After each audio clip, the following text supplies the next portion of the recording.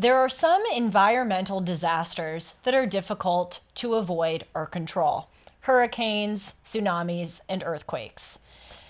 What falls into the category of environmental occurrences that we can control are wildfires. But as we have seen this past month in Maui, the Maui and Hawaii emergency response team has done a terrible job controlling these fires, which have contributed to more destruction and havoc than the existence of the flames themselves. 115 people have died, 850 people are missing, 7,500 refugees are currently living in 6 temporary shelters set up by the Red Cross. 2,000 plus buildings have been destroyed, 90% of which are residential, and the fire has burned well over 2,000 acres of land. So why and how did this get so bad? Well, really, the story of Maui is a story of utter incompetence. You will not believe just how much. I'm going to outline 3 or 4 examples of, as I said, the utter incompetence that was displayed here. It starts with this cast of characters, of people who were in charge of mitigating the destruction and responding competently and appropriately, and for ideological or other reasons did not do so. Let's start with the head of the Department of Land and Natural Resources. This is a man named M. Kaleo Manuel. The DLNR on August 8th, when the fires were getting really bad, requested that water be sent to put out these fires. What a bright idea. This was requested by the West Maui Land Corporation. Well, what happened here was not the obvious thing, which is to send the water immediately, but Manuel, this head of the DLNR, originally declined the request for water to put this fire out. Why? Because apparently some climate change activists do not want water to be allocated to fight fires. This was a statement said by the governor of Hawaii, Josh Green. Quote, "One thing that people need to understand is that there's been a great deal of water conflict on Maui for many years. It's important that we're honest about this," Governor Green continued. "People have been fighting against the release of water to fight fires. I'll leave that up to you to explore." So for several hours, the fire continued to spread and rage, and no water went to put out the fires. And then finally, enough people made noise about the situation, and then delayed or belatedly, Manuel, this head of the DLNR, sent the water. Now, there has been such a uprising. I was going to say firestorm, but that is probably not the best word to use in this segment. There has been such an uprising against this individual's incompetence in delaying the sending of water that Mr. Manuel resigned after the incident on August 17th. I wish I could tell you that the incompetence ended there, but there are a few more examples that you should know about. For instance, when the fire was coming down the mountain in West Maui, people in the Maui Emergency Management Agency, MEMA, there's FEMA, which is the Federal Emergency Management Agency, there's HEMA, which is the Hawaii division. The people in the Maui division of this emergency response decided not to sound alarms. Why? Because historically, in the past, the only time that those sirens were played was when a tsunami was approaching. But call me crazy, I think the people of Maui are smart enough to know that when a siren is being played and they look out their window and they see a fire, or they see smoke or smell smoke or see ashes, I think they're smart enough to know that the sirens are signaling a fire instead of a tsunami. So those sirens did not go off in some areas, residential areas, where the fire was approaching, and led to people being incinerated because of the onslaught of that fire. Again, that's not even the full story. We've got the delaying of sending water. We've got the lack of sounding the sirens. Roads to get out of the fire heavy areas were apparently closed off in a lot of parts of West Maui. This is according to an eyewitness who goes by Fish. Fish lives on Maui, and he was talking with the Associated Press, and he said all of these cars were lined up. He's talking about a road in his town, but none of them were moving. And I was wondering what was stopping the traffic. It was a policeman. Policemen put up blockades to prevent people from going down one of the only paved roads in this section in which Fish lives in West Maui. He continues, quote, car after car turned back towards the rapidly spreading wildfire because of a blockade that was blocking access to Highway 30. Why in the name of God would authorities put up a blockade to prevent people from getting away from the fire? Well, apparently it's because there were some downed power lines. Which is more important, to avoid downed power lines or to get people away from an ever-approaching fire? And what happened was the people who obeyed the authorities' rules and turned around and went back towards the flames, shockingly, got incinerated or died from smoke inhalation. It was only those who disobeyed the police, drove past the blockade, that were able to go to safety.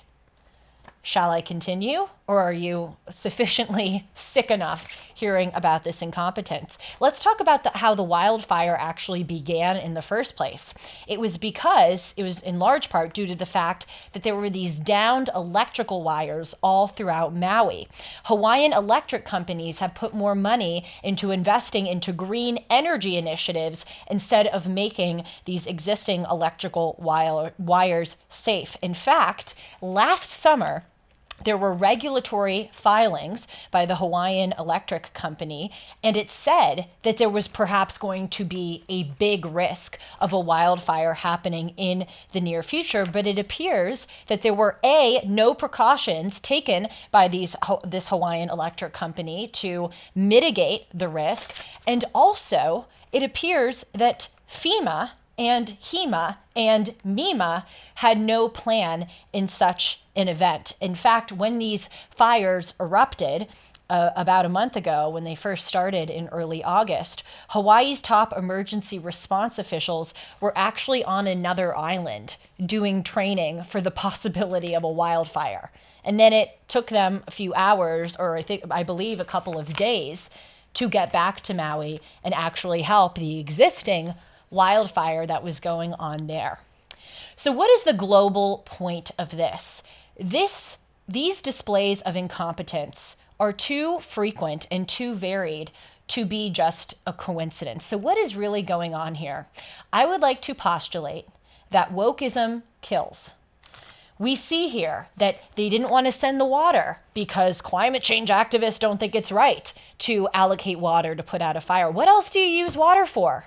Especially when there's an emergency like this. How is it in accordance with climate change activists' desires to not put out a wildfire, which does enormous damage to the air? It burns down trees, which are very helpful for the environment. It makes absolutely no sense. And as aforementioned, a big reason why the fire started in the first place was because of this focus on green energy initiatives.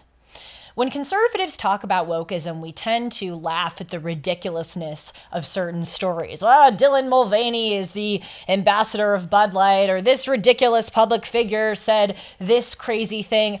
Wokeism now has gone beyond the point of absurdity and ridiculousness. It is actually a civilizational issue. When people are dying because climate change matters more than taking a competent response to an emergency, that tells you that something has gone terribly wrong. And it's not just with regard to the Maui wildfires. We are seeing this in a lot of different areas of life. Wokeism has gone beyond the ridiculous in terms of this transgender movement. Now we are seeing young children's lives be permanently altered and ruined in the name of gender-affirming care. It is becoming increasingly more common to see hospitals provide double mastectomies to people as young as 15. Chloe Cole is one such example of a person who got a double mastectomy when she was 15. People as young as 11 years old are being given puberty blockers This is ruining people's lives because children are not yet old enough to make these decisions that would permanently alter their bodies. Tennessee actually passed some laws which said, no way. Children should not be given puberty blockers or be allowed to engage or undergo these transition surgeries until they are 18. And what was the response to that? Our Department of Justice, instead of going after the Biden bribe family or going after real crime in the United States, has gone after the state of Tennessee. The DOJ is suing Tennessee, claiming that its statutes, which seek to protect children, are discriminating against those who want to seek transgender health care. Wokeism is ruining lives. Wokeism has led to a lot of deaths because of the defund the police movement. You know, people love to deny nowadays that the defund the police movement ever happened. Every major city in the United States defunded their police departments to some variations, and it continues to happen. The mayor of Chicago, Brandon Vallis, who just came into office replacing Lori Lightfoot, has defunded the Chicago Police Department by tens of millions of dollars. He has also slashed the number of Chicago police officers who are on the street. That is leading to huge amounts of gun violence and crime and death. How about the problem at the border? Another issue of wokeism going beyond the absurd and into the realm of death and destruction.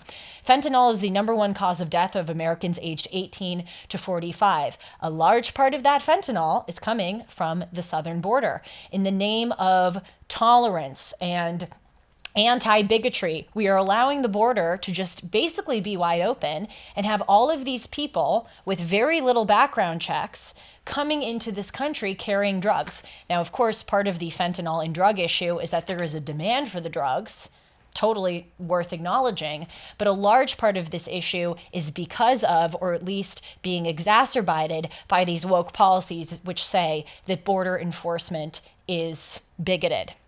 So my question for you is, when is enough enough? How many people's lives have to be destroyed? How many people have to die, whether it's Maui, crime, or the border problem, in order for us to see how out of control social justice has become? Thanks for joining me today. Please hit the subscribe button down below if you'd like to stay notified every time I post a duly noted news video or a timeless episode, and I'll see you all soon. Take care.